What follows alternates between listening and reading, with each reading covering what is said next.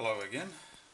As asked by Great Scott if I would show how I sharpen up a cutthroat or a straight razor, that's what this video is all about. Now you'll notice that I've covered the 2000 grit with rouge, which is a Dilux rouge, and you'll also notice here that it's been burnished in. This is where I've been sharpening, and this is what it looks like before you do. So just a little bit about a straight razor. You'll notice that the end, with an end view, that the straight razor is hollow ground, like that. Now you're automatically going to have the angles that you need on the straight razor from there to there. So you don't need to do anything special with that, it is already set up for you. When you've done your sharpening, you're still going to have a burr of metal there, and that's taken off with a strop. I don't have my strop with me, my wife has kindly put that away so safely I can't find it.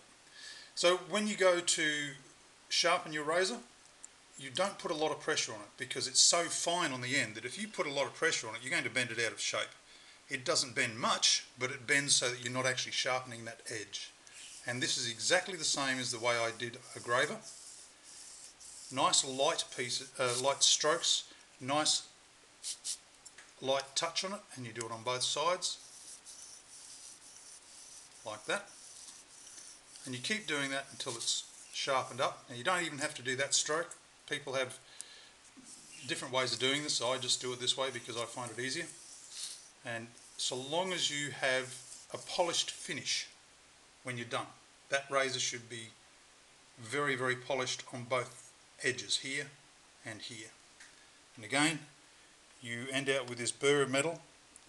It's microscopic, you really can't see it. So what you do is you strop it. Now again, my wife's put away my strop, so I'm just using a bit of leather.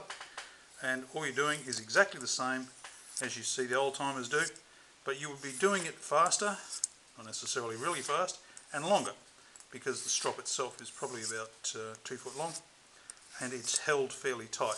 Strops are usually made from horse hide rather than from cow, which that is, and I don't know exactly why, but that's what they use. Now when they talk about razor sharp isn't actually sharp enough. A bit hard to show you, but I've sharpened that and put it on my arm, and it's cut the hair off quite easily. The thing that I find even better, and I can't show you because I've got the camera in one hand, is that if you run this not against your skin but above it on the hair, and you can still cut hairs off, you're getting closer to sharp enough. Because the old style razors are abrading your skin. It's quite abrasive as you cut. You never slice, you always cut across the grain of your hair, and in doing so you are abrading your skin a bit. And I gave up using these a long time ago purely because I got a small fungal infection through that abraded skin.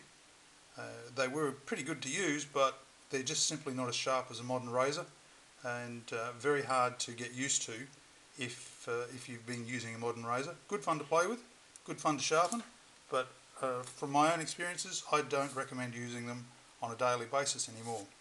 Anyway, that's it, and there you go, Great Scott, just for you.